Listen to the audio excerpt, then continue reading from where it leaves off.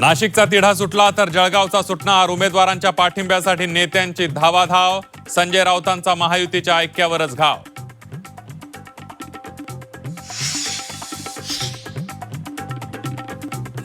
बाळ मानेंच्या माघारी मागे 25 कोटींच्या डीलचा आरोप. माघारीसाठी किती पैसे घेतले जाहीर करू.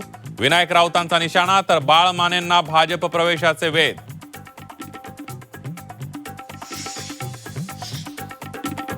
माघार नाट्यावरून विरोधक सत्ताधारी आमने सामने. दिवसभरात 150 कोटी खर्च. विरोधकांचा आरोप. नाशिकमधून किती बॅगा भरून आणल्या. सत्ताधाऱ्यांचा प्रतिसवाल. चंद्रकांत दादा उठसूट हसन मुश्रीफांना पुढे घेऊन जात आहेत. त्यांनी चंदगडसाठी काय केलं. शिवाजी पाटील यांचा सवाल. भाजप कार्यकर्त्याला जवळ केलं जात नसल्याचाही आरोप. सोलापूरमध्ये पवारांच्या राष्ट्रवादीत उभी फूट. विधान परिषद उमेदवार वसंतराव देशमुखांना उत्तमराव जानकरांचा उघड विरोध.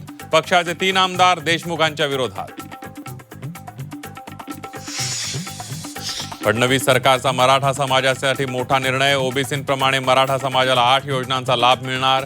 शैक्षणिक सवलती व सोयी सुविधा लागू होणार. मराठा आंदोलनातील 34 मृतांच्या कुटुंबियांना सरकारकडून प्रत्येकी 10 लाखांची मदत जाहीर. 3 कोटी 40 लाखांचा निधी मंजूर केल्याची माहिती. मुख्यमंत्री देवेंद्र फडणवीस यांनी कंत्राटदारांना सुनावलं. कामात दिरंगाई खपवून घेतली जाणार नाही. दिरंगाई करणाऱ्यांना ब्लॅकलिस्ट करणार. मुख्यमंत्र्यांचा इशारा.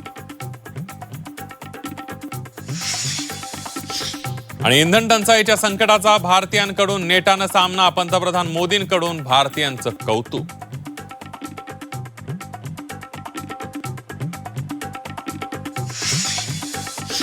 शिवराज्याभिषेकाच्या पूर्वसंध्येला किल्ले रायगडावर शिवभक्तांची गर्दी. होळीच्या माळावर मर्दानी खेळांची प्रात्यक्षिक. संपूर्ण परिसर शिवमय.